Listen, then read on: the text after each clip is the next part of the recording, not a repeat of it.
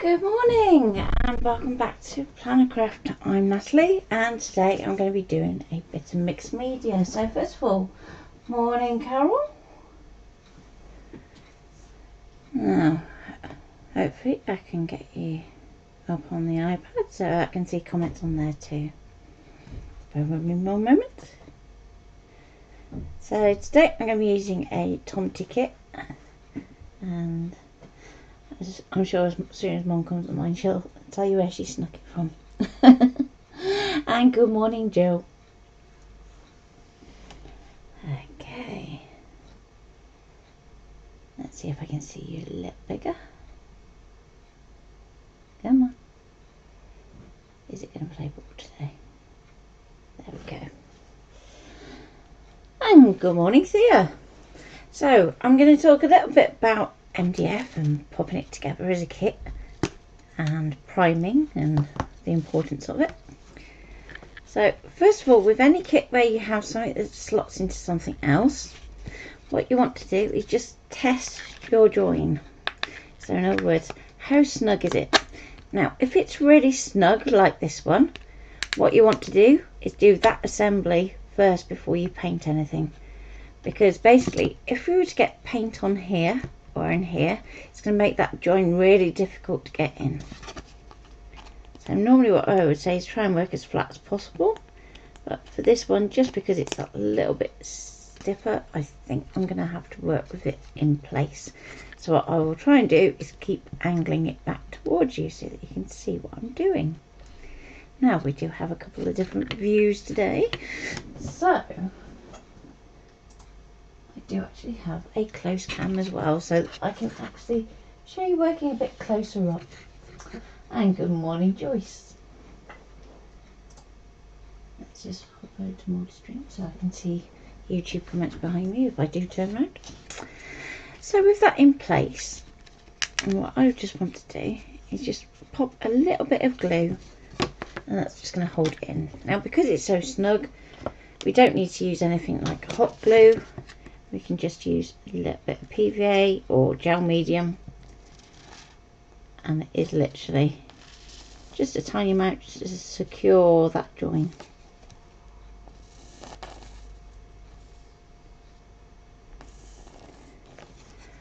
Okay, so to say my worktop, I'm going to be working on top of a palette pad. Okay, and that can go in there. Now before we go too far, I'm just going to give that a little wipe.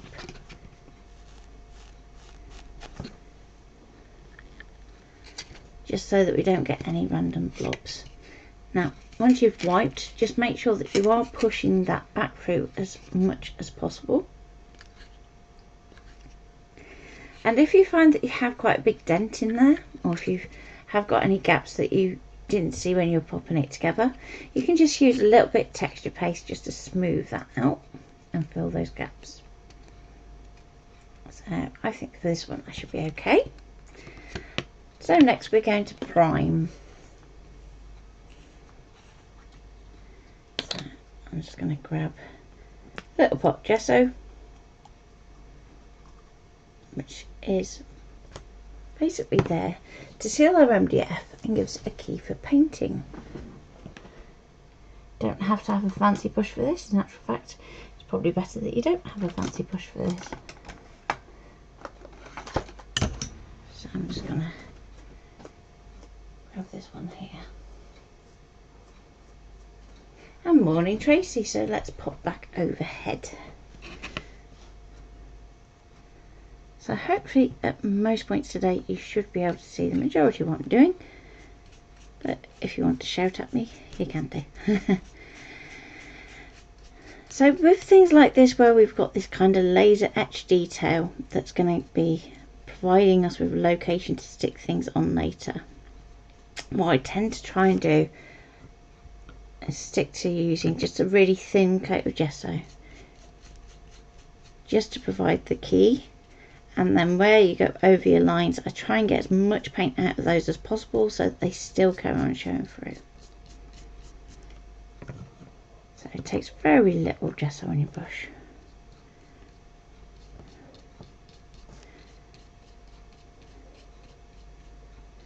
Now if you're planning on varnishing your work, what I would recommend is making sure that your gesso goes over the edges.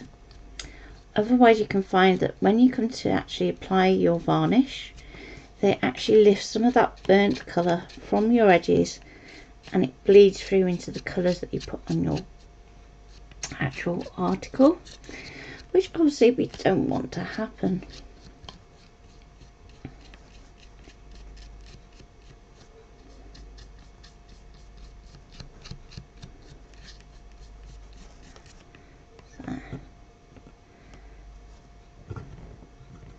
Now there are some areas where it's going to be really obvious that you're not going to actually be doing that much painting, so we can actually skip most of that hat. But there are going to be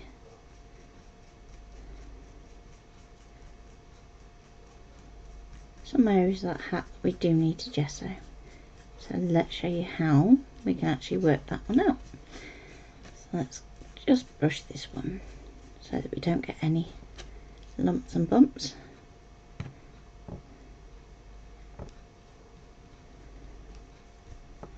So for this base piece we've got our plaits on our MDF sheet here, our bows are on our MDF sheet so we don't need to worry about those, and even the hands are on our MDF sheet, but we do need to worry about things like the sleeves in here, around the side of the bow,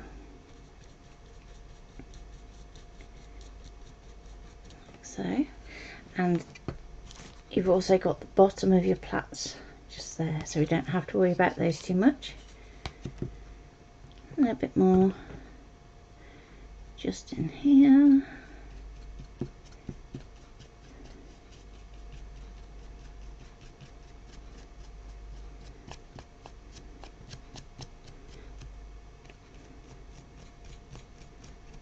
So even when you're going to be applying things on top, it doesn't matter if the gesso gets there, it's not going to stop anything sticking. Quite the opposite, it's going to give it a good key to stick to. I'm going to also do these two little bits just in there, as they will just be seen.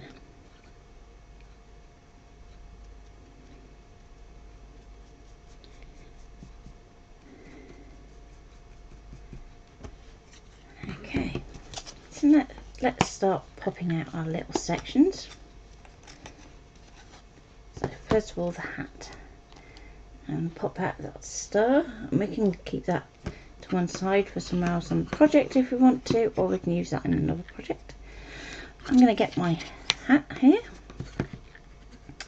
I'm going to line up the two, hold that together, and all I'm going to do is with a little bit of paint on the end of my brush, I'm just going to pop that through as if I'm using a stencil. Because there's no point wasting lots of gesso and going over the whole thing if you don't have to. So I'm just going to widen that out just a little bit.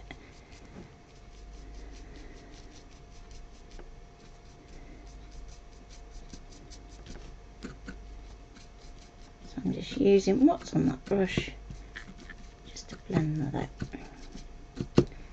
Okay, the other advantage of doing these nice thin layers is it's going to be dry nice and quick. So now we're going to move on to our pieces that we're going to be sticking on top. Now this is one where you want to go really carefully around the inside cut edges of the shape.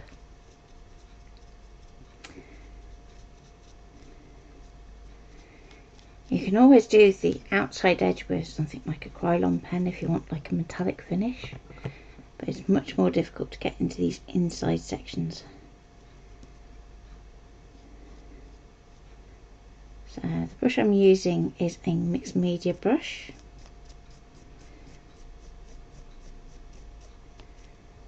And the tip of the brush is actually a filbert. This is where it goes to almost a flat brush, but instead of having that squared off end, it's going to have a rounded end. And it's also going to have a little bit of layering in the bristles so that you can get into points.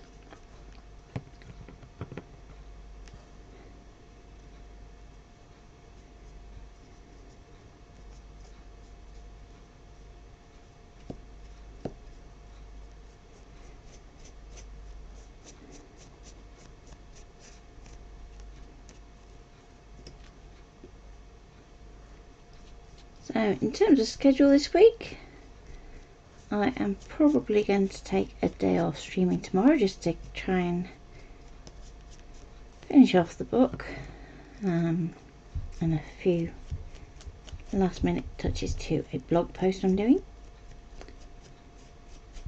But I will be back on Wednesday, and what I've said to Ian is he can pick the kits I do this week, because I've got lots of projects to do that I want to show you, but I just can't decide which order in.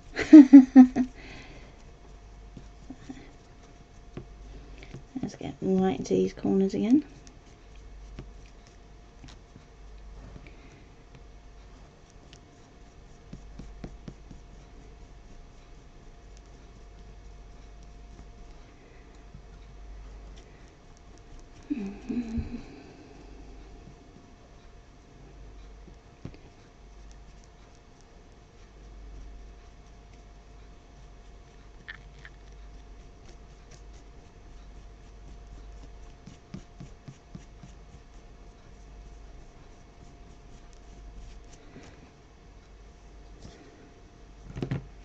Okay, a little bit more just to make sure that I've got all those little inner sections, because I don't want to miss any.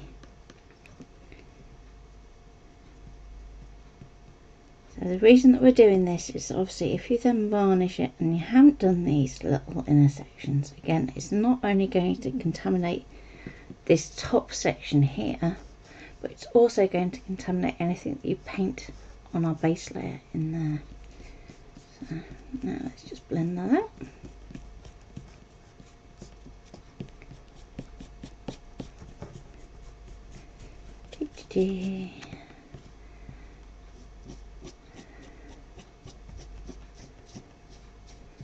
And priming is such an important step in the process, so it's worth taking your time.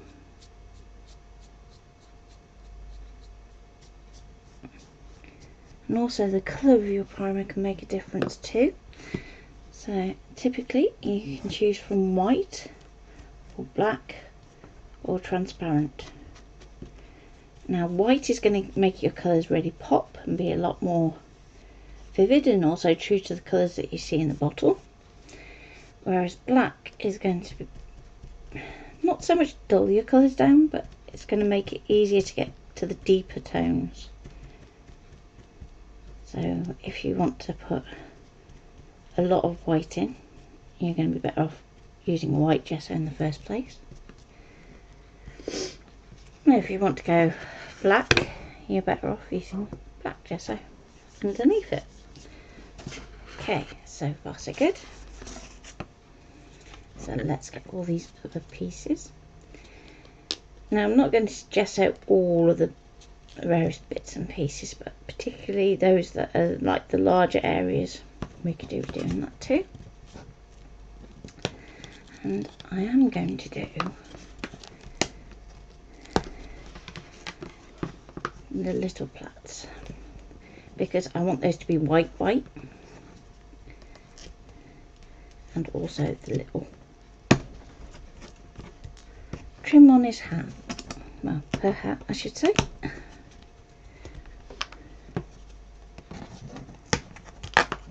There we go.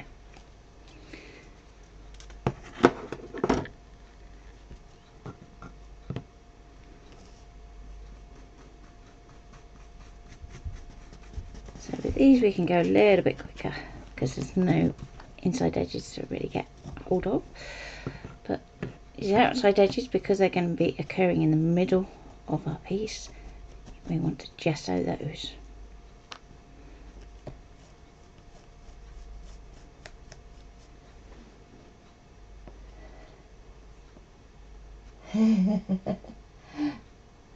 Did Ian cut it on the laser? No, my mum got it for me, didn't you, Mum?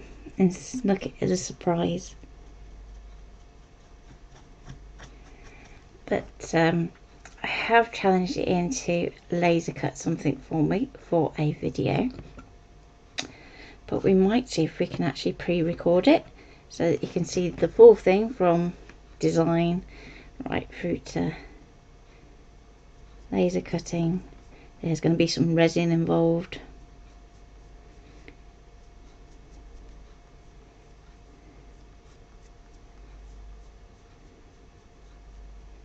And then I'll decide which of the cutters gets to play.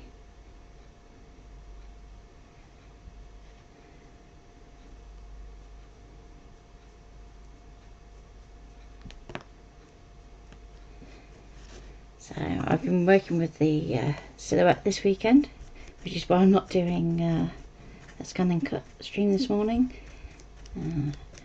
What I was doing at the weekend took a little longer than I was anticipating. So I still have a little bit to do on that, which is why there isn't going to be a stream tomorrow, just so that I can get that all finished off and swap back over.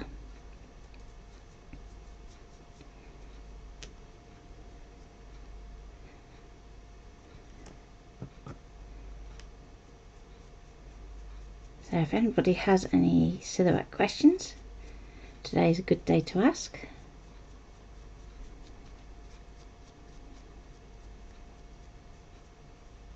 I've also taken the plunge and updated to the full version of the silhouette software as well. So I'll be able to do a few more fun things for our members that maybe don't have a scan and cut.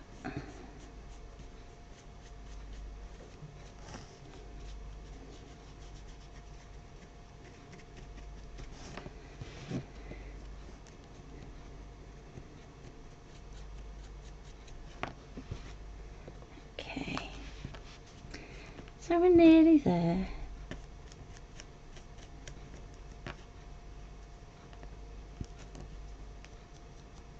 Now with these little tiny pieces it can be a bit fiddly.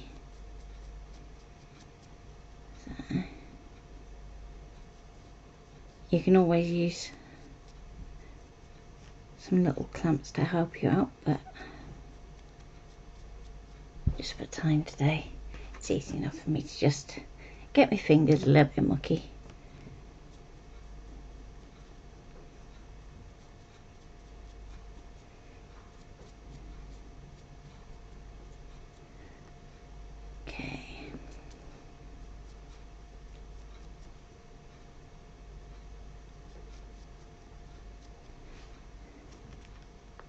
Last one.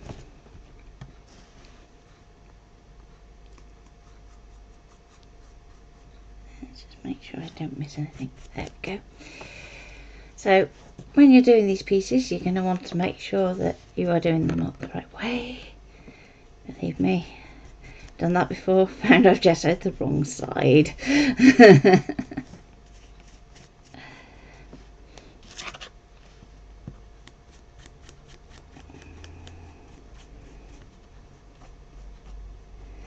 So what workshops would you like to see us do next year?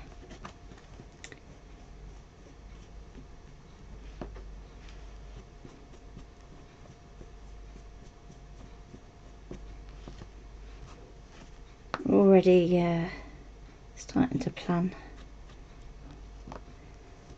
what we're doing and how many things we can fit in, because this year we just didn't get around to doing everything we wanted to do.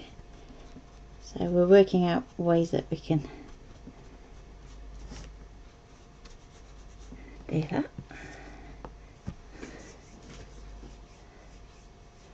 How are my hands today? They are looking a lot better, I have to say. They're nowhere near as red. So yeah, my mum's the best, aren't you, Mum? I'm somewhat biased, but yeah, my mum's the best. So next thing we need to decide is what colour hands are we going to go for. Whether we're going to go skin toned, or if we're going to go white, or if we're going to go for something totally different. So I think I might put little mittens on, would be cool. So I'm probably going to leave those ungessoed. nose I'm just going to do a quick coat, like so. And the bows again, I'm not going to bother.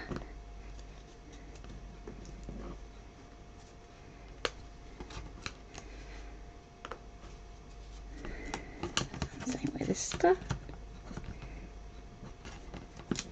just for speed.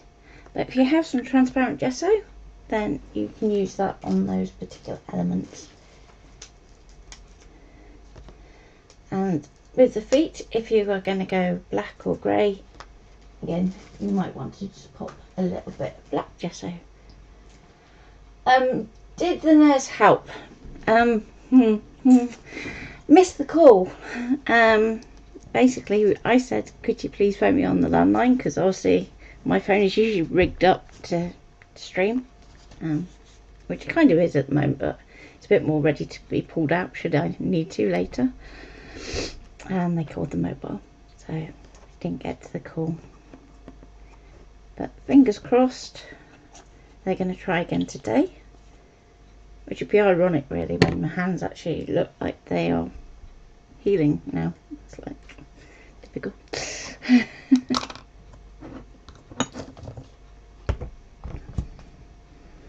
Okay, so I'm just going to wash my brush out in some water.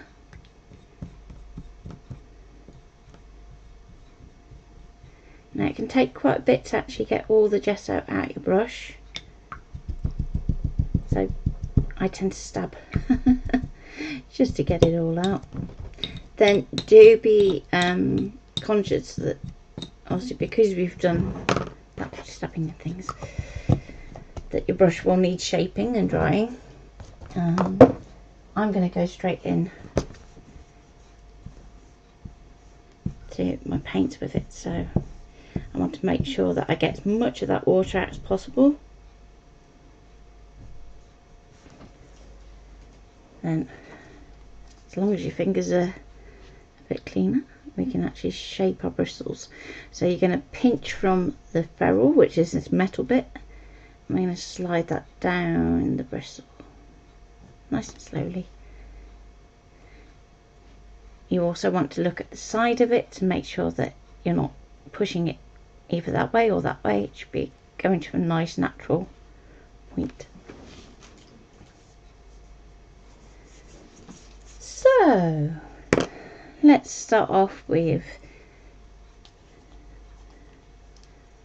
our skin tone. So here I have paint, and it's rather usefully called Naked. It's quite good skin tone. It's a little bit dark on occasion, but it's a good starting place. And I'm just going to go all over, so literally round the edges too. You want to make sure that you're getting all those nooks and crannies.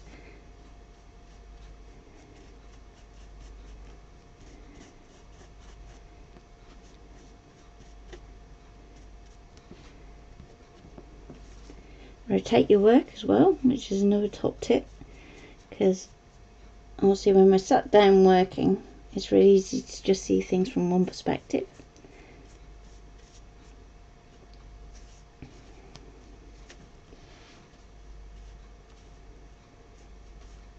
Check the tips of your edges as well. So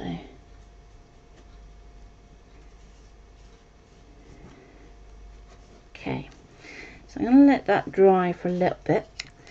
And these chalk paints tend to have a little bit of transparency to them, so that when we come back, we can come back in with Tickled, which is more of a pinky colour, and we can actually do a little bit of shading. So let's just get any excess out of my brush. I got one drunk Tomte. So next, what is going to be our feature colour? So while that's drying, let's pop that over there.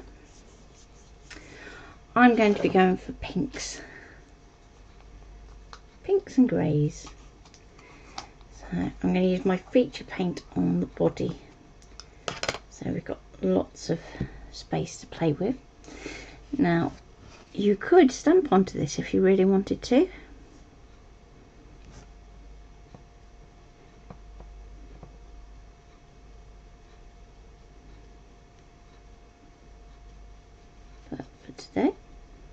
I'm going to start off with a base coat of the Pretty Amazing paint, and the colour is Pink Champagne.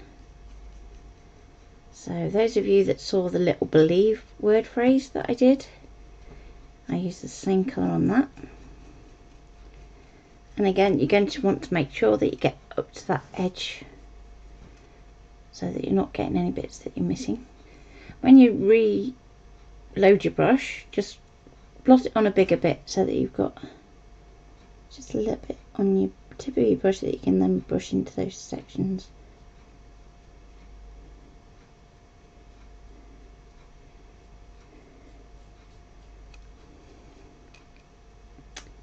Okay, so now I'm going to go up to my star and in there, into where my bow is, and over that side too. And these paints are really nice and thick to work with, so whereas your short and chalky ones tend to be a little bit thinner, a little bit more translucent, your Pretty Amazing paints hold much more of their body. So you need to be a bit more aware of your brush strokes.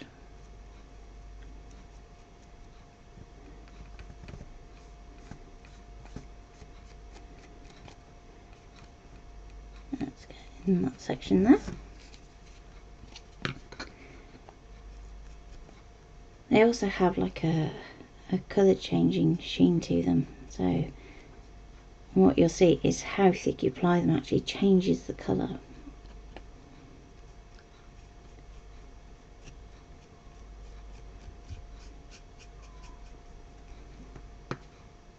Okay, so as before when we did our gesso, we want to just try and keep our little guidelines as clear as possible of paint, but you also want to make sure that you haven't got any white splodges around the outside of them.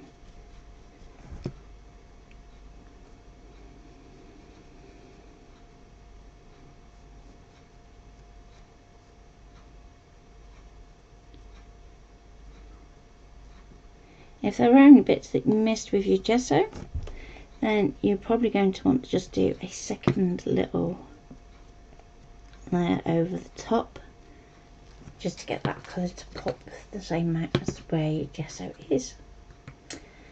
So if I go close cam, and there we go, you can see just where I'm going. So just inside that line, and try and keep that line nice and clear. And then blend out any paint that kind of goes past that line, so that you're not getting any bumps that you've then got to try and work around when you're sticking your pieces. Okay, now where these stars are, I'm going to do the same colour. So I'm just going to literally use the gesso that I've already applied as a guide for where to splodge.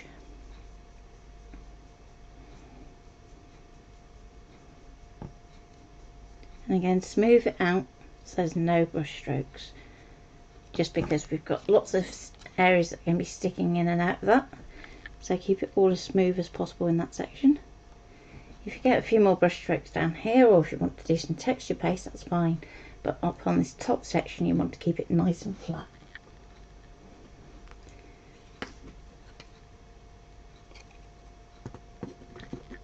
And let's let our little Tomte dry for a bit. Next, let's move on to the top layer of our hat. So I've actually pulled out both the Pink Champagne and the Heat Wave. So the Heat Wave is more of a reddy colour, but it's still got those nice pinky tones to it. So I'm going to start off by doing a layer in the Pink Champagne, and then I'm going to blend in some Heat Wave. So we can just do a very rough layer over the top with the Pink Champagne. So I'm not being fussy, just getting his colour down so that I've got kind of a wet layer to start with. I'm going to pick up a little bit of the heat wave and I'm going to work along this edge.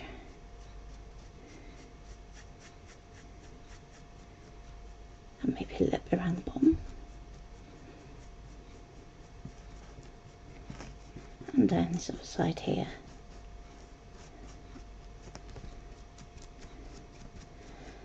Now, as we start to run out of paint on our brush, we can start blending a little bit better. So then we can come back down that first side that we put the paint on. And we can start to have that blending.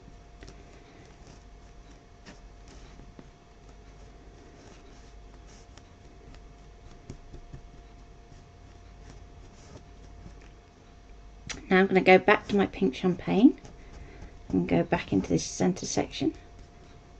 And we can start to blend outwards.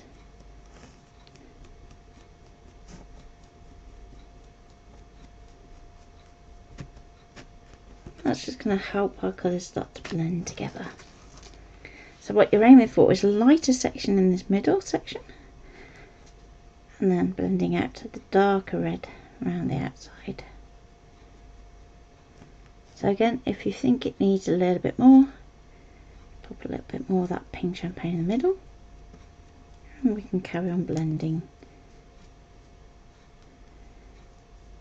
Now, in terms of the stars, you want to try and get as much colour in there as possible as well, so that you're not getting kind of a white outline. But it's best to do this now before you kind of do your last little bit of blend. So even though when we do our last coat it's not going to quite match, it doesn't matter, just so long as you've got colour in there so it doesn't look unfinished.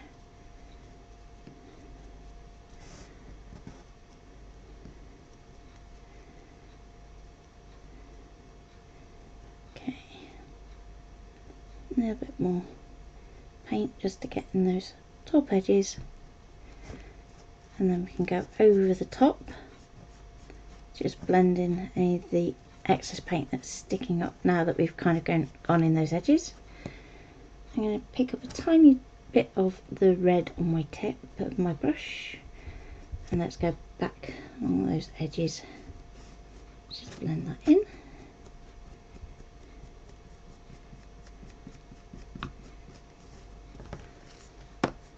And I'm going to do the same on this side too. A little tiny bit on the tip of my brush, along the edge, and then blend.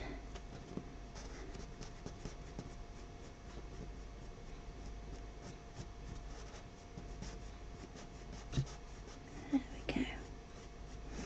So you should have something that has a bit of shading to it, like so. And if I go close cam, so let's see if we can get the light to hit it so that you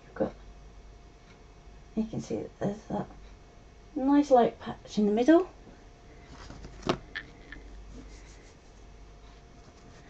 Okay, let's see if I can just tweak that up slightly. Yep. Okay, so going back to overhead, set that to one side to let that dry. Now bows, I'm going to do the other way around on this one, so I'm going to start with the red, and I want to go all over.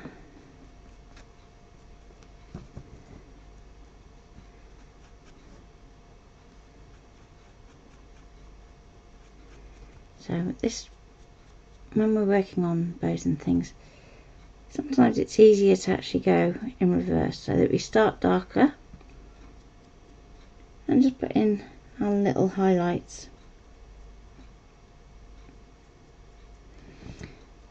Just make sure we go around these edges. And as I said earlier, 2 coats would be better, just to make sure that all that is sealed in.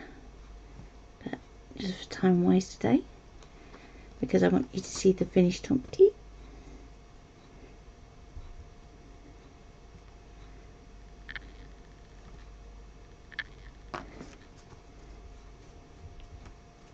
There we go.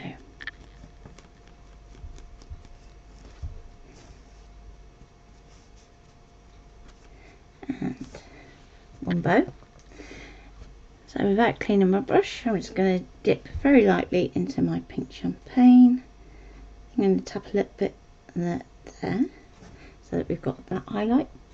I'm going to turn my brush round and tap a little bit just at the top of the bow, and then we can start to flick out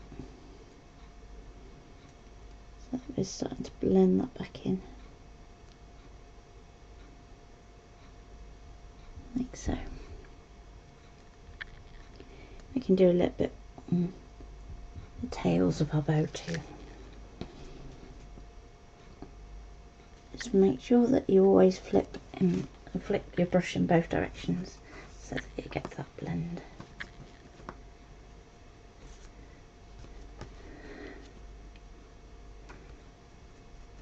So I'm going to go a bit quicker on this one.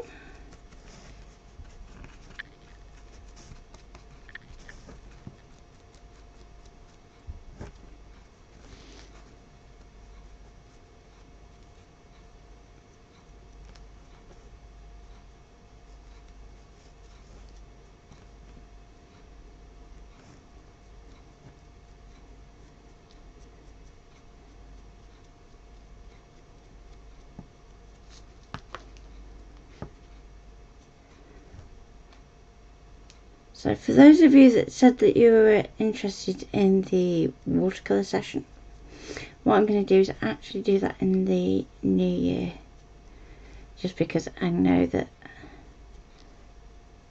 unfortunately I'm going to run out of time this month. So a little tiny bit of the pink champagne.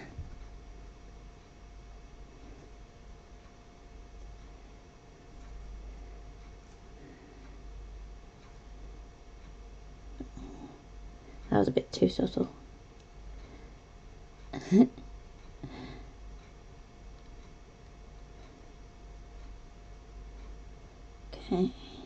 like that.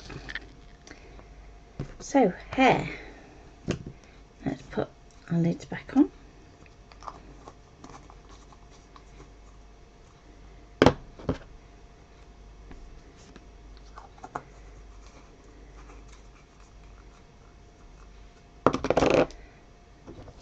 Before I go too far, what I will do is just clean my brush. And that's because I may want to add another coat of gesso, or I can use some white paint, or even I have some a little bit of texture gel. So decisions. Just going to block my brush out a little bit.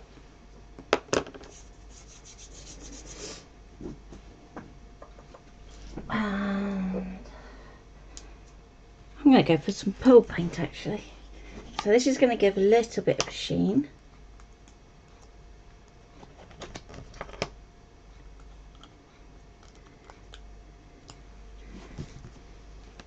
And I'm also going to grab a little brush because I want to do a little bit of detail work.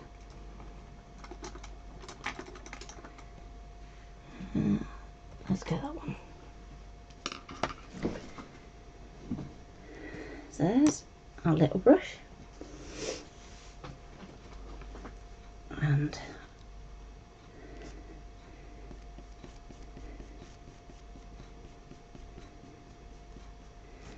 just going to do a very thin coat over the top of my two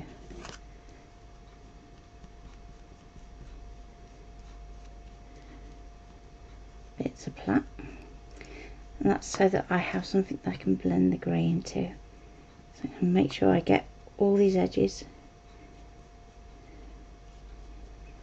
Okay.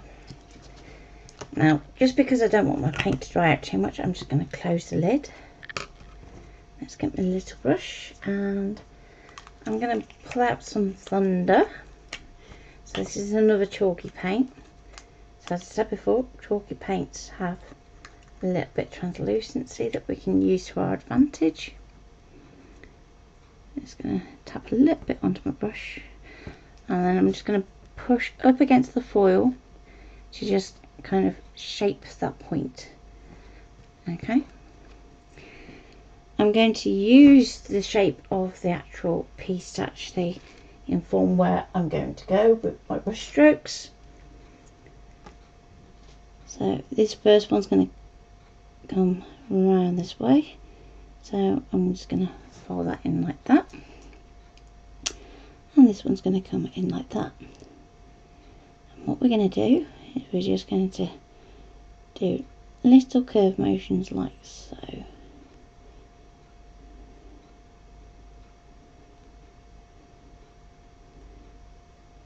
Is it going to be the world's neatest plait in the world? No. Does it need to be? No. Okay. So then once you've done your initial brush strokes, you should start to find that the brush is starting to round off a little bit. So we can then start to blend that in a little and do a little bit of shading. So your darkest edge is going to be to the outside. So that's kind of where you want to blend it in more.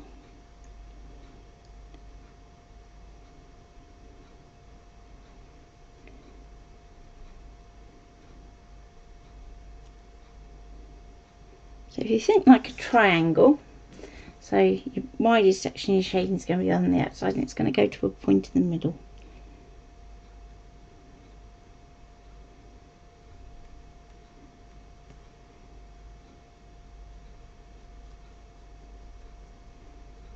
And it's just softening those lines that you've put down. As it gets towards the bottom, it's going to get a little bit darker. And you should have something that looks a little bit like that.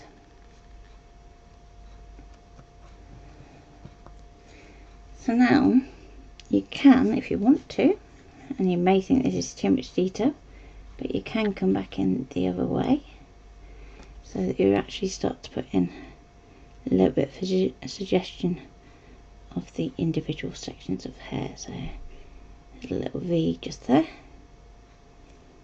and then you're going to get more V here.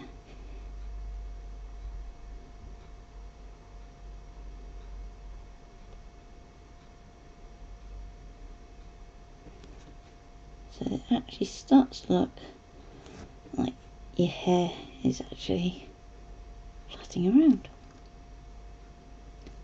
There we go.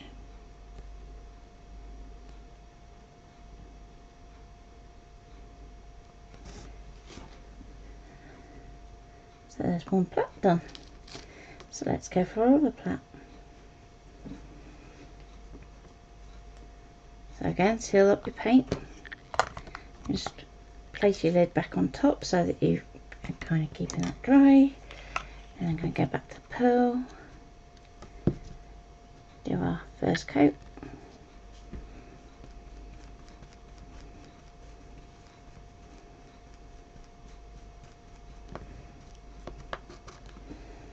Try and get round the edges too. That way when you do your blending, you're probably going to end up doing those at the same time anyway.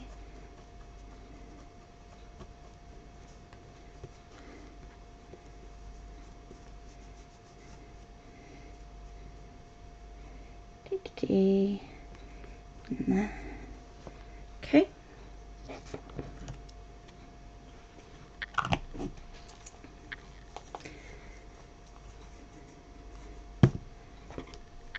And let's go back to our Thunder, and we can shape our brush again so that we get a nice point. A little bit more, a little bit too much paint on there. And we're going to do the same again. Now, what I would say is if you want these to look like they are a perfect pair, And you can actually work with them side by side, so that you can actually go, okay, that needs to go around there, that's going to go that side. So it might feel that you're doing this bit back to front because your plaits are going the other way.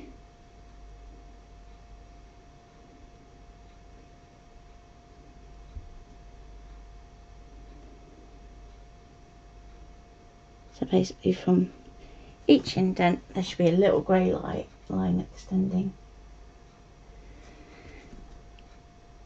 And then we can do our blending.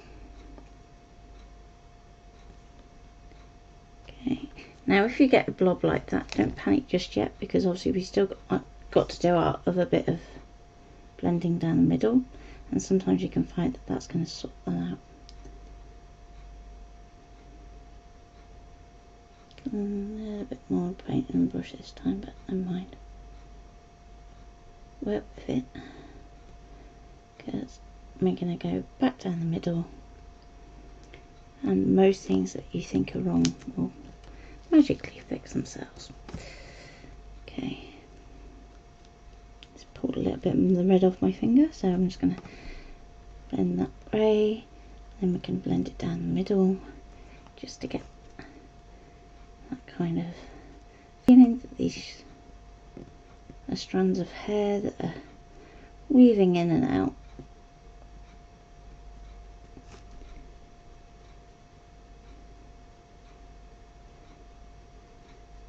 There we go. And we have another plait.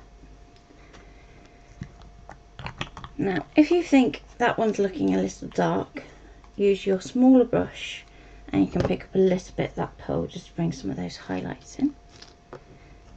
And up.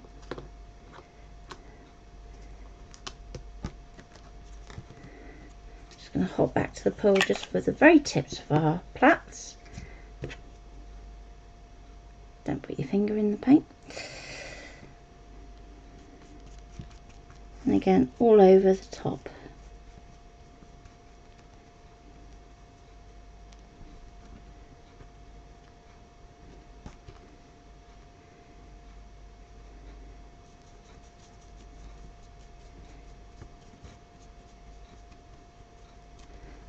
Okay.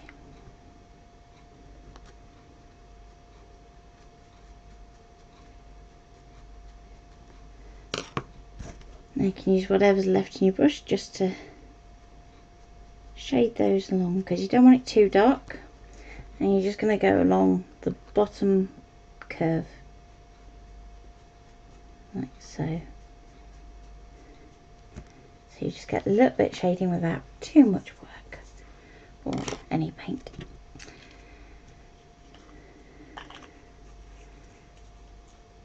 So now we have our top little fluffy bit, and we have a couple of options for what we can do here. We can use some texture paste in terms of using our Pretty Out There, which were on Fibre Friday last week.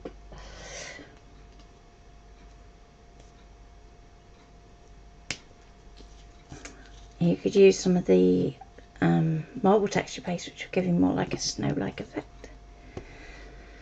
So I'm just going to go for this one, and I'm going to apply it with a brush rather than a palette knife this time, so that I can literally stipple it on. So we're going to do a few layers. You're going to start off with a thinner one, and then we can actually build it up.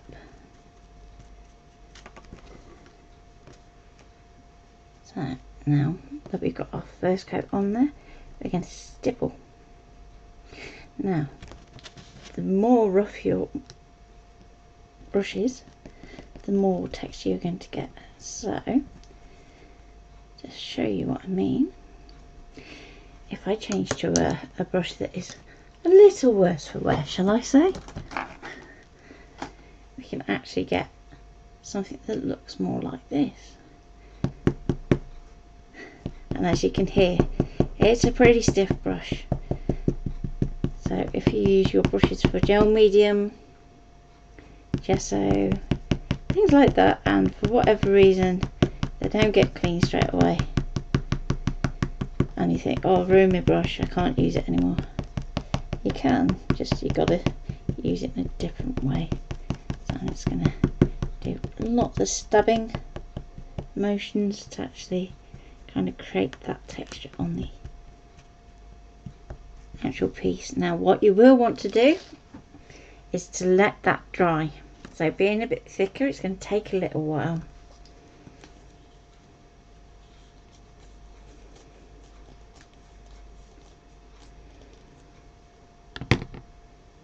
But hopefully we should be able to at least show you a little preview of that by the time we're done.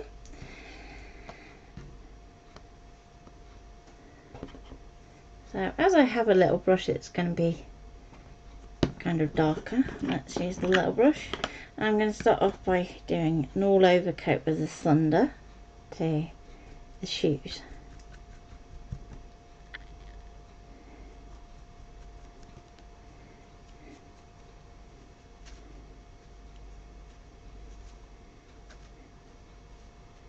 Now if you have an old cutting mat that you don't want to use anymore for your cutter, then you can actually use that to kind of hold your pieces in place and save your fingers.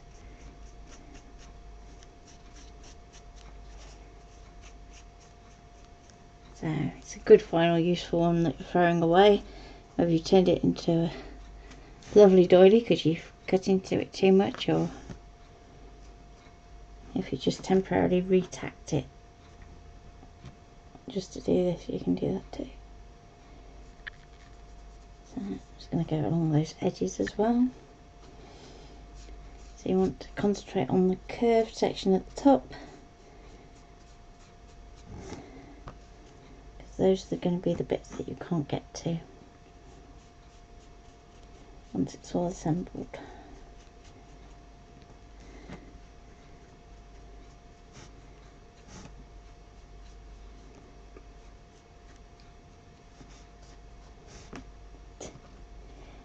It can feel a bit like you're chasing them around the board, but don't worry about it. You'll get there eventually. Okay, so with that first layer on, I'm going to use the same brush, and I'm swapping to Get Metalled Paint and Russian. So Russian is a almost black paint, but then it's got this suspension of gold in it, so it's really good for things where you want a little bit of a sheen. So I'm going to go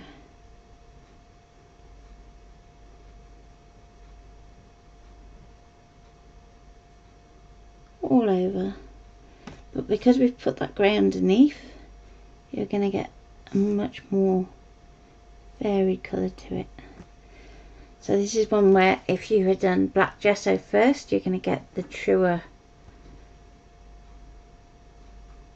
black goldness of it, but because we went grey instead, you're going to get that grey showing through too.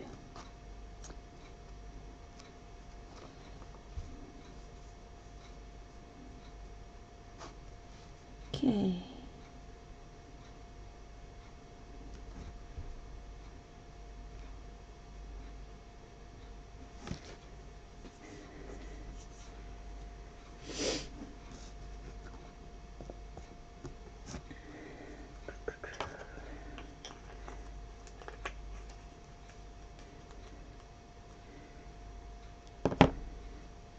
So in terms of the star in the middle, you could do that with the same textured effects if you wanted to.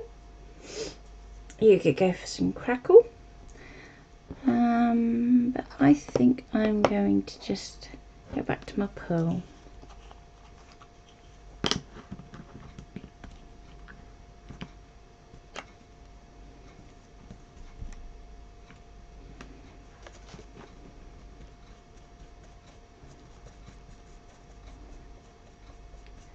So bear in mind this hasn't got the white gesso underneath, so you're going to get more of a translucent finish.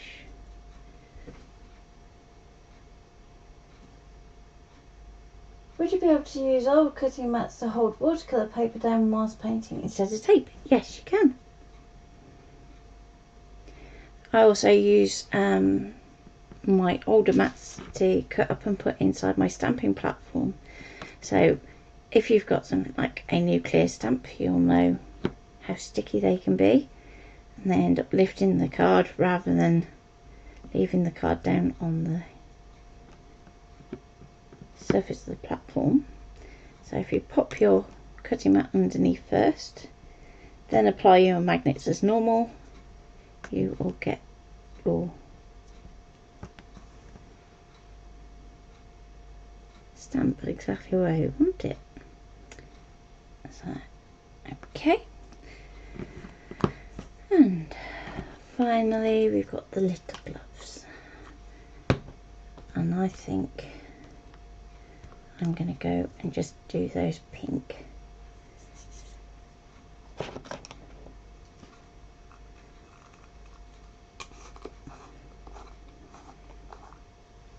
Just for speed.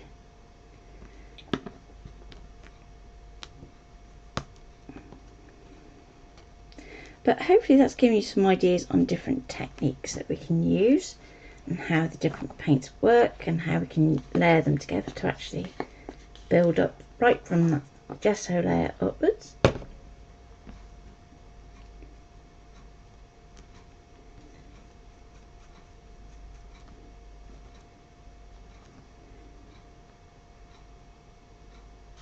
Okay.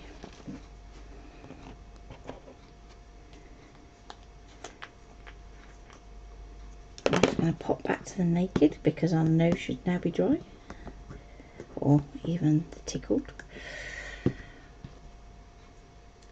There we go, and we can just do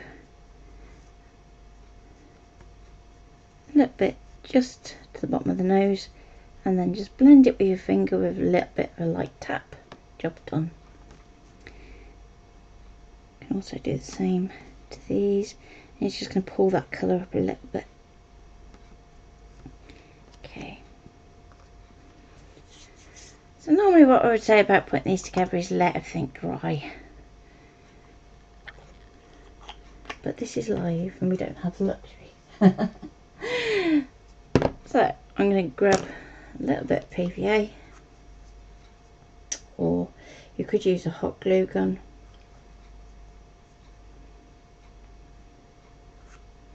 Both will work great, or even some MDF glue. So our first piece that we really need to do is our hat piece.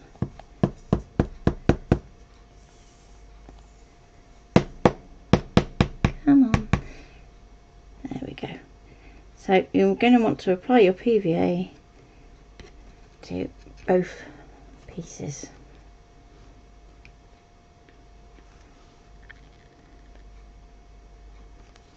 Okay. So let's line those up.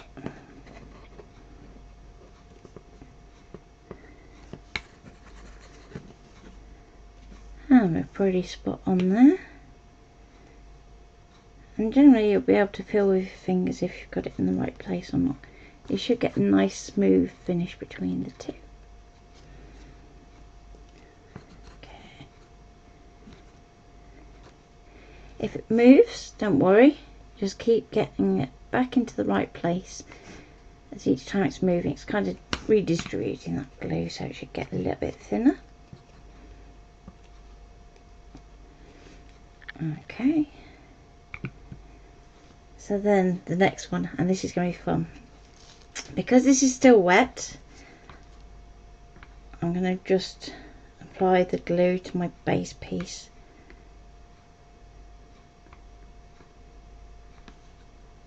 So let's just get gunky out there. Come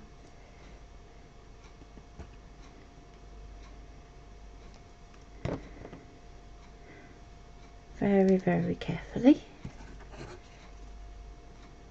Going to slide that in there, and I'm going to nest it up against this piece here.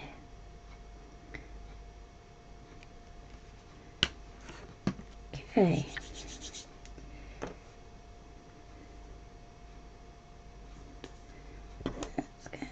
pen in there so we can get the gunk out a bit more. There we go. And we're going to go and let's do the nose next actually.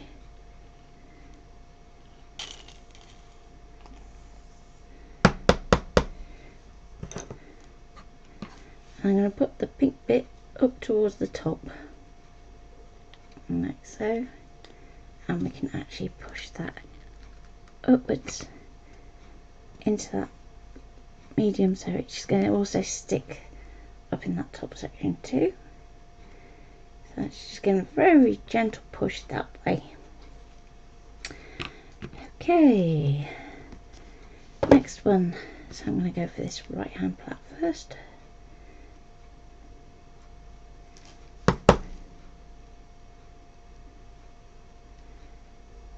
Okay, need a bit more glue I think. Come on. Get off me, silly pin.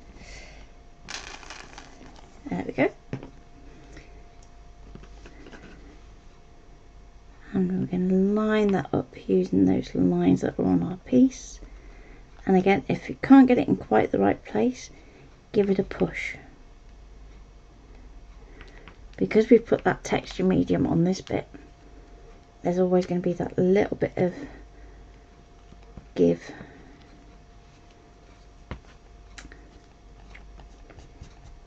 If anything comes off your fingers, don't worry about it. We can just get an eraser on that in a minute.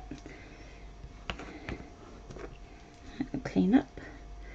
And again,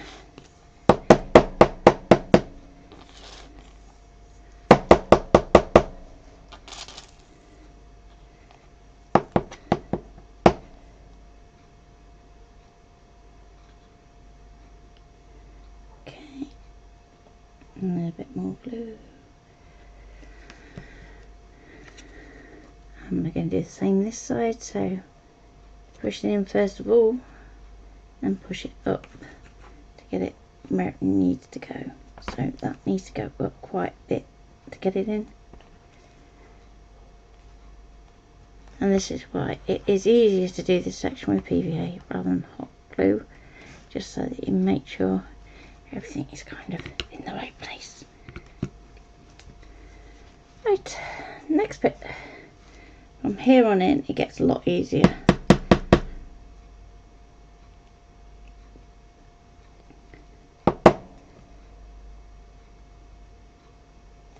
Come on. My glue is bung today.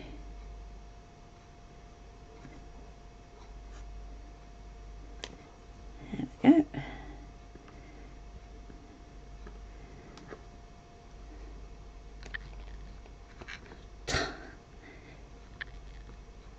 She's a drunk Tomte. There we go.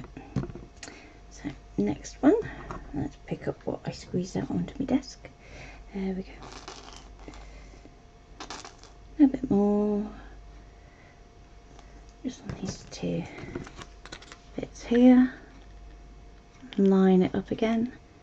Try and get it right with those lines.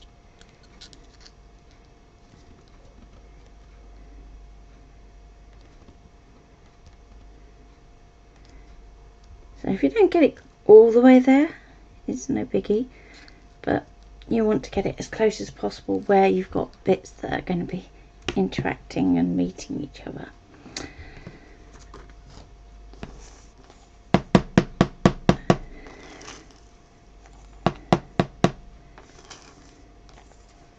Okay, a little bit just in there.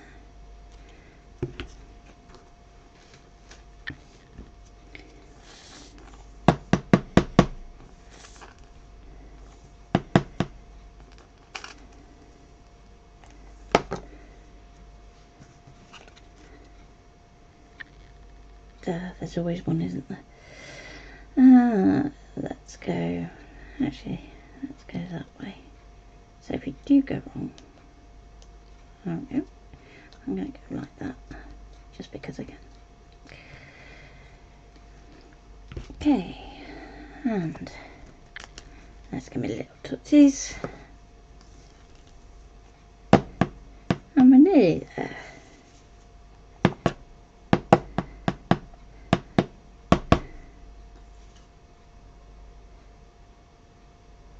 This is suddenly going to go in a minute. Come on.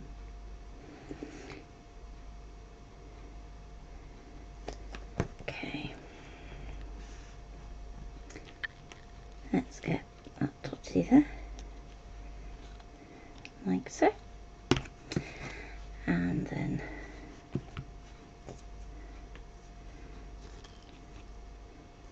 nearly done. Come on, glue.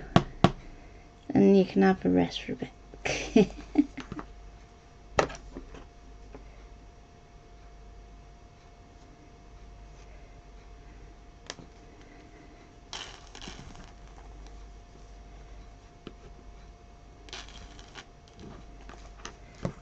Okay. Now I'm going to go that way. And like so. And we're going to pop on little hands.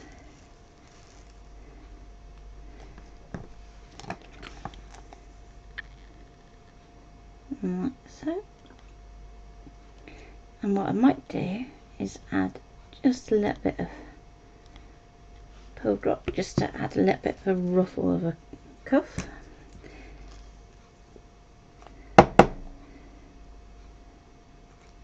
Come on. Nearly there. There we go.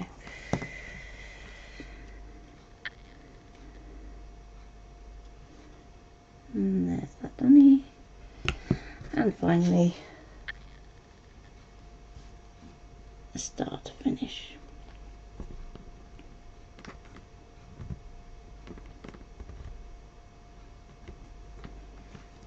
Come on, just a little bit more. Doesn't like me today much.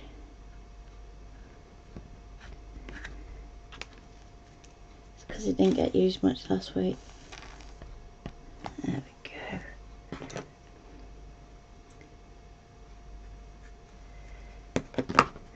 And we can go straight into the middle. Line it up.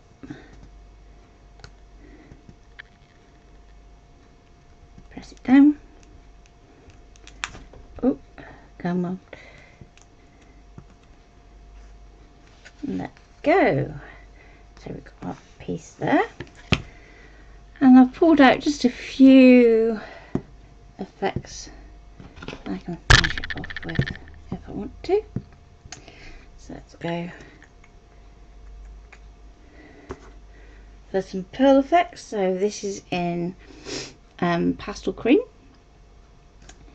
So generally what I'll do is I'll squeeze a little bit onto some scrap paper just so that any air pockets should be out. I'm just going to do a little bit of like that, piping around there, and you are going to want to let this completely dry once we've finished.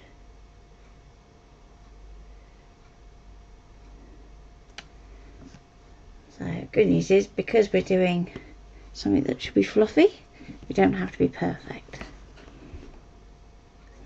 Let's just take that down that way, and just going to take that down that way, so that should be done. Okay, and I think with that I'm happy for that.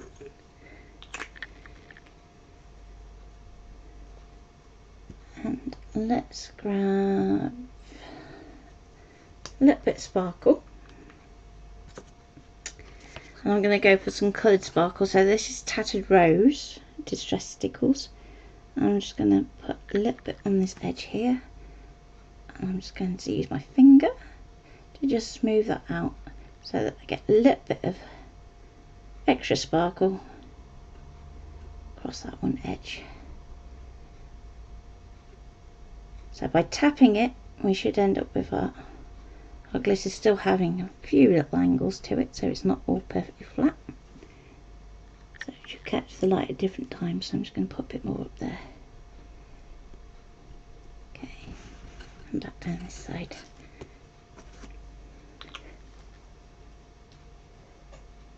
Am I going to be rolling with my Nomi? I've actually got a little family of Nomis. So I'm probably going to end up doing a few different ones. So there is our little gnome. And you're going to want to let that dry for good 24 hours because of that texture gel. You can then go round an edge all around the outside, either with a nice paint pen or metallic pen, or if you want to get really intricate with a brush, you can go around and edge it all with a nice metallic paint. But pens tend to be a bit more user friendly, but you want to make sure that everything is dried and set before you do so. So I hope you've enjoyed that little session.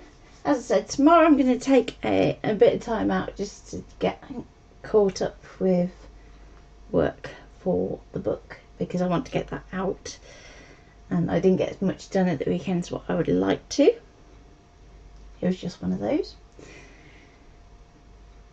So Wednesday I will be back with something else, and it could either be a bit of vinyl, could be some HTV, or it could be something 3D. So take care, and me and Naomi say bye bye. And thank you for watching. See you Wednesday.